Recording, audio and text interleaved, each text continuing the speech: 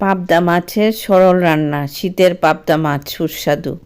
Evergreen 757 চ্যানেলে আপনাদের স্বাগত। আজ পাবদা মাছ করব সরলভাবে।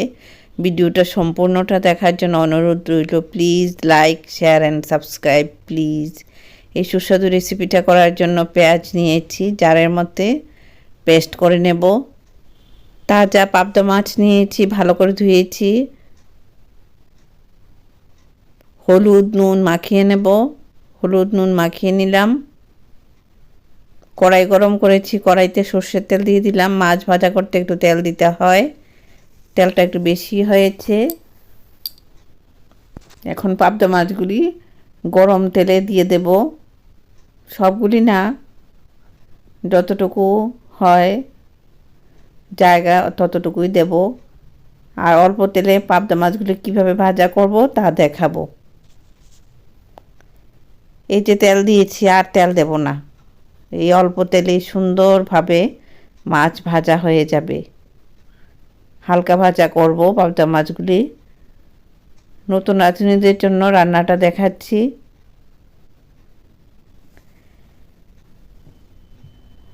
এই যে এদিকে এভাবে উল্টে দিতে হবে।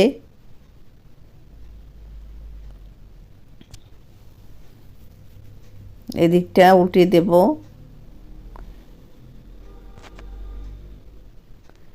এভাবে পাবদা মাছগুলি ভাজা করে নিলাম, হালকা ভাজা। কড়াইতে কিন্তু তেল আছে, আর হালকা ভাজা করে নিলাম।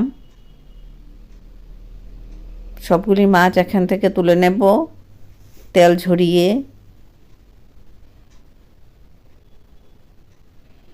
এখানে তেল আছে, এই তেলে আবার মাছগুলি, বাকি মাছ যে আছে এগুলি দিয়ে দিলাম তেলের মধ্যে।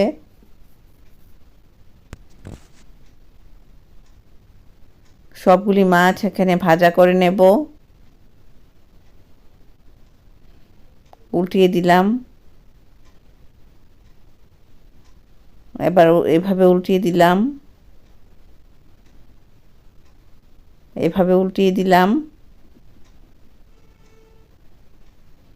নতুন রাঁধুনিদেরকে দেখিয়ে দিচ্ছি। এভাবে উল্টিয়ে দিলাম। মাছের একদিক ভাজা হয়ে গেছে, আরেক দিক ভাজা হয়ে গেলে তুলে নেব এখান থেকে। আরেক দিক ভাজা হয়ে গেছে, এরকম হয়েছে ভাজাটা, তুলে নিচ্ছি। ভাজার মধ্যে তেল আছে কড়াইতে। কড়াইতে পেঁয়াজ বাটাটা দিয়ে দেব। যা তেল আছে তেলে হয়ে যাবে, অল্প তেলে রান্না হবে। পেঁয়াজ ভাজা করে নিচ্ছি। পেঁয়াজটা ভাজা হয়ে যাচ্ছে। এখন এই পেঁয়াজ ভাজার মধ্যে টমেটোর বিচি ফেলে দিয়েছি, নুন দিয়েছি, কাশ্মীরি লঙ্কার গুঁড়ো দিলাম রঙের জন্য। মশলাটা এখানে আরও একটু কষিয়ে নেব টমেটো সমেত।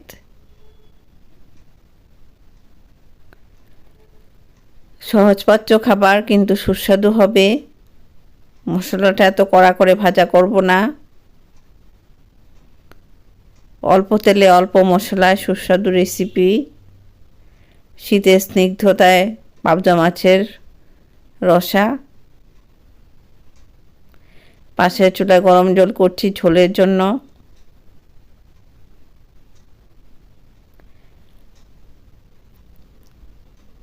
পেঁয়াজটা মোটামুটি ভাজা হয়েছে, টমেটোগুলিও সেদ্ধ হয়েছে। নাড়াচাড়া করছি। এভাবে ঘষে নেওয়াটা রান্নারই পার্ট। ফুটন্ত জল দেব ঝোলের জন্য। ফুটন্ত জল দিয়ে রান্না করলে রান্না ভালো হয়। ঢাকা দিয়ে দেব কিছুক্ষণের জন্য।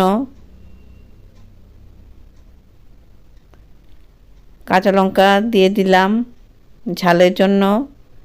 ঢাকা দিয়ে দিলাম, জলটা ফুটে উঠবে। জলটা ফুটে উঠেছে। পাবদা মাছগুলি যে ভাজা করেছিলাম এগুলি এখন ঝোলের মধ্যে দিয়ে দেব। মাছের মুড়োগুলিও ঝোলের মধ্যে দিয়ে দেব, তাহলে সুন্দরভাবে মাছের মুড়োগুলি সেদ্ধ হয়ে যাবে। মাঝে মধ্যে মাছ খাবে, শরীর ভালো থাকে মাছ খেলে, ব্যালেন্স করে খাবে, নিরামিষও খাবে মাছও খাবে। ঢাকা দিয়ে দিলাম। মাছগুলি সেদ্ধ হয়ে গেছে। এখন দেশি ধনেপাতা নুন জলে ভিজিয়ে রেখে ভালো করে ধুয়ে কাঠি দিয়ে কেটে দিয়ে দিলাম।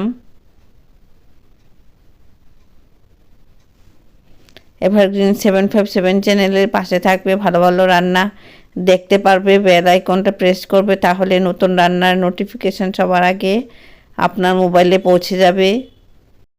ঝোলের মধ্যে ধনেপাতাগুলি মিশিয়ে দিলাম। রান্না হয়ে গেল। এভাবে রান্না করে খাবে আমার খুব ইচ্ছে।